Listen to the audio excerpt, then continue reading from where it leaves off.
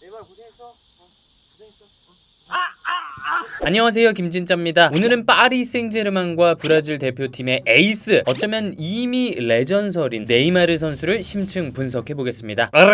뭐 얼마나 잘하는데. 먼저 브라질 선배님 호나우지뉴와 비교를 해보겠습니다. 전성기 때 나이라고 할 수 있는 28살을 기준으로 보면 지뉴가 129골 94어시, 그리고 네이마르가 244골 151어시. 뭐야 이거. 자, 그러면 메시 호날두와 비교를 해볼까요? 세 선수가 29살 때까지 기록한 공격 포인트, 그러니까 골 플러스 어시스트를 살펴보면 호날두가 541, 네이마르가 592, 메시 721. 메시 짱. 자, 그러면 메시랑 네이마르랑 조금 더 디테일하게 비교를 해볼까요? 자, 19-20 시즌의 두 선수의 스탯인데요, 골 기대가 비슷하고 패스 성공률 메시가 낫네, 어시스트 기대가 비슷하고 키패스 네이마르가 조금 더 많네, 드리블 성공 횟수 비슷하고 마지막으로 파울 얻어낸 건 네이마르가 더 많네요. 물론 리그 앙이 라리가보다 한 수 아래인 건 오케이, 그래도 오지게 잘한다. 드리블 뭐 이렇게 잘하는데. 자, 일단 요 그래프를 보시면 가로축은 90분당 드리블 시도 횟수예요. 저 네이마르 봐. 혼자 어디가 있어. 자, 그리고 세로축은 석세스 레이트, 드리블 성공률입니다. 네이마르의 성공률은 한 62% 정도 되네요. 메시는 한 65% 되는 것 같고. 야, 아다마 뭐야. 아다마 좋다. 르마 뭐야. 저기 왜 저기가 있어. 저 뭐야, 이거는 강인리? 그래서 이 그래프를 기준으로 드리블 성공 횟수 자체를 계산해보면 음바페가 3.83개, 메시가 4.16개, 아다마가 6.16개, 네이마르가 7.3개입니다. 자, 그런데 여러분, 드리블 좀 친다 하는 선수들은 보통 무기가 3개 정도 됩니다. 뭐랄까, 가위, 바위, 보라고 해야 될까? 근데 네이마르는 그게 전부가 아니에요. 가위, 바위, 보슬보슬, 개미똥구, 멍멍이가 노래를 한다, 약간 요런 느낌까지 갑니다. 자, 네이마르가 가진 무기들 한번 살펴볼까요? 일단 요거 굉장히 많이 합니다. 안쪽으로 주는 척 하면서 갑자기 꺾어. 이거 저도 풋살할 때 애용하는 기술인데 효과가 상당해요. 그리고 수비수 스텝을 예측해서 이렇게 바깥쪽으로 알러키, 안쪽으로 알러키, 그리고 이렇게 땡겼다가 톡 해가지고 알넣는 거, 가만히 서 있다가 이크, 에크 하고 치고 바르는 거, 플립 플랩. 이게 무기가 끝이 아니에요. 드리블이라는 게 이 발기술도 좋아야 되지만 아주 정확한 관찰력을 일단 가져야 됩니다. 네이마르는 상대의 무게중심을 잘 관찰을 해서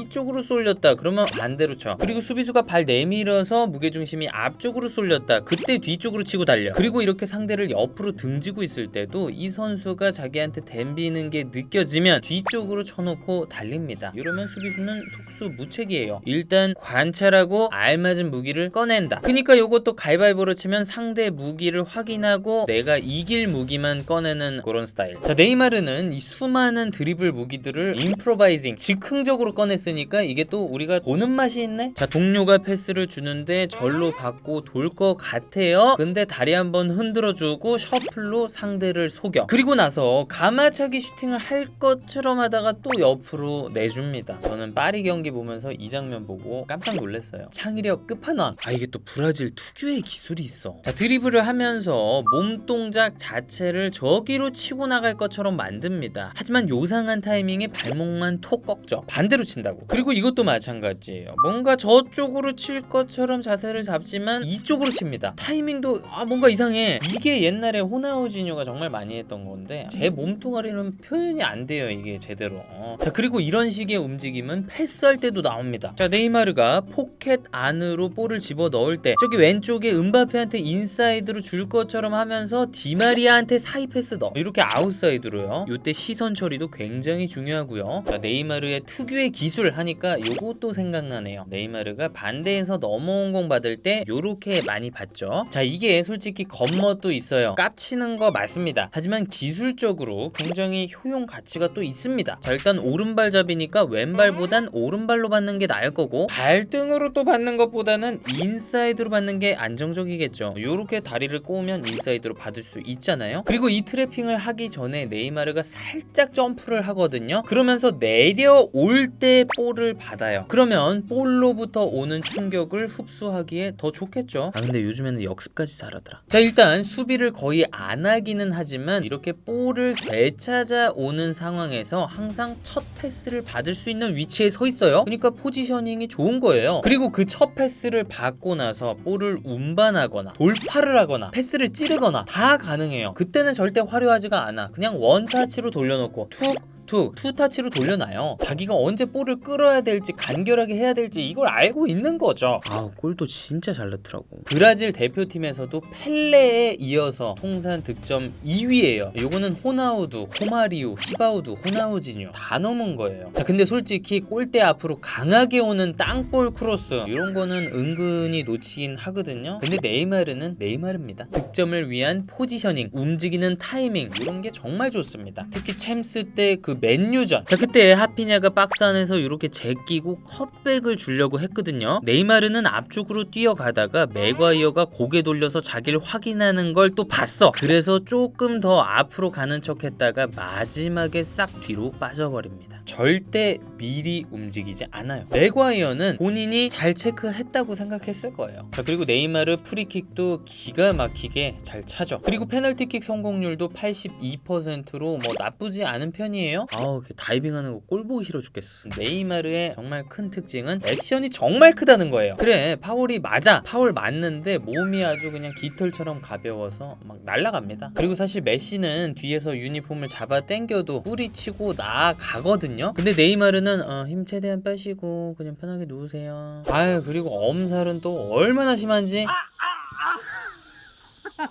자 네이마르가 이렇게 다이빙 뜨고 헐리우드 액션 심한 거 전 세계 사람들이 다 알고 있죠. 그러니까 심판들도 일단 의심을 합니다. 하지만 네이마르의 이러한 큰 액션들이 사실 효용이 있습니다. 자 여러분들이 심판이라고 생각하시고 이 두 장면을 봐보세요. 요거는 네이마르처럼 시원하게 넘어지는 거, 이거는 김진짜처럼 애매하게 중심 잡다가 뺏기는 거, 어떤 걸 파울로 보시겠습니까? 아무래도 네이마르처럼 이렇게 확실하게 넘어져 주는 게 삑 불기 마음이 편합니다. 심판도 사람이기 때문에 이 시각 정보에 영향을 받는다는 거죠. 야야 투레도 그런 얘기 하더라고요. 본인이 스페인에서 뛸 때 자기는 덩치가 굉장히 컸잖아요. 그러니까 자기가 넘어지면 심판들이 파울을 잘 불어줬다는 거예요. 키가 작고 등치가 작은 선수는 넘어져도 에휴 쟤 몸싸움 약하니까 넘어지지, 파울 아니야? 이래버린다고. 자 그리고 여담이지만 네이마르가 정말 영리한 게 있어요. 상대팀 선수가 옐로우 카드를 받으면 그걸 유심히 지켜봅니다. 기억을 해놔요. 그리고 나중에 그 선수 옆으로 일부러 갑니다. 그 다음에 공을 받고 그 앞에서 아주 현란한 기술을 보여주는 거예요. 그러면 또 파울 난다. 퇴장. 아 그 네이마르 진짜 빠르더라. 자 네이마르는 최고 속도가 34.83km/h입니다. 하지만 순간 가속도, 민첩성, 순발력 이런 것들은 정말 말이 안 되죠. 밤에 파티를 굉장히 많이 다니는 걸로 알고 있는데 또 개인 운동을 또 착실히 하나 봐요. 네이마르 인기 진짜 많더라. 자 2020년에 가장 많이 구글링된 선수는 누구일까요? 호날두? 메시? 아닙니다. 네이마르예요. 대단하지 않습니까? 자 네이마르의 인스타 팔로워는 1억 5,700만 명입니다.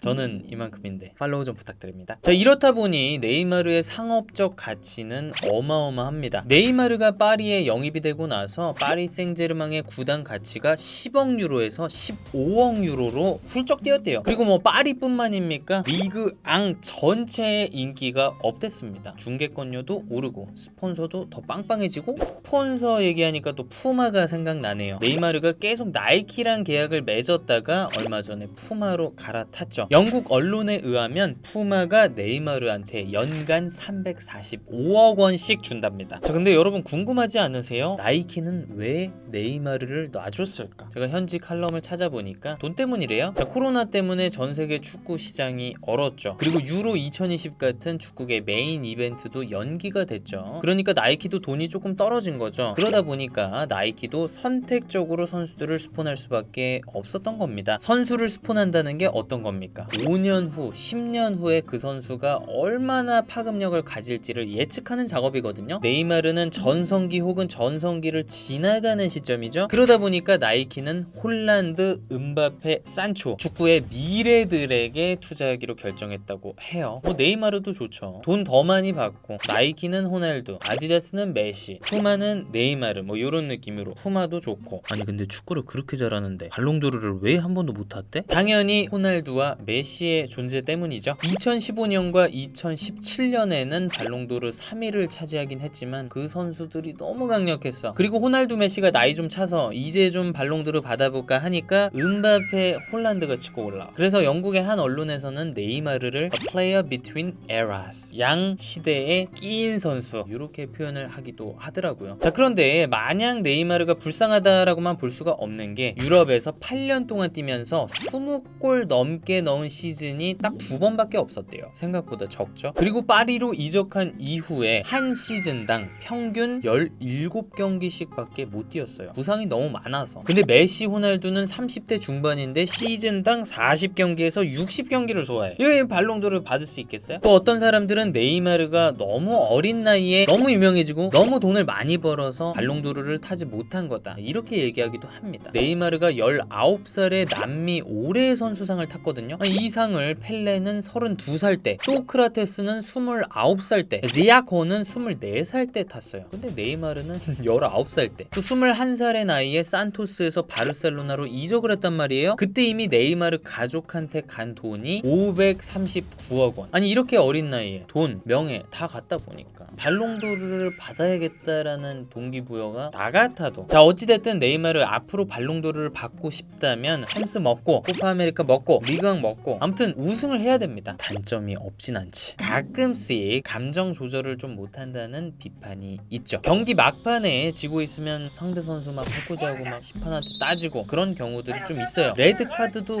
꽤 많이 받아요. 그러면 팀한테 좋을 게 없죠. 조금 성숙치 못하다라는 비판도 있습니다. 단적인 예로 카바니하고 서로 페널티킥 차겠다고 싸웠던 일이 있었죠. 감독님이 나보고 차례잖아. 감독님이? 내가 아 차게. 그냥 내가 탈게. 내가 차게. 너 아까 넣었잖아. 내가 한번 차게. 탈게 한 번만. 네, 오늘은 이렇게 네이마르에 대해서 알아봤습니다. 이제 메시까지 왔죠. 포체티노 감독은 최소 트랩을 해야 됩니다. 저는 또 다음 축구 컨텐츠에서 뵙겠습니다. 감사합니다. 뿅.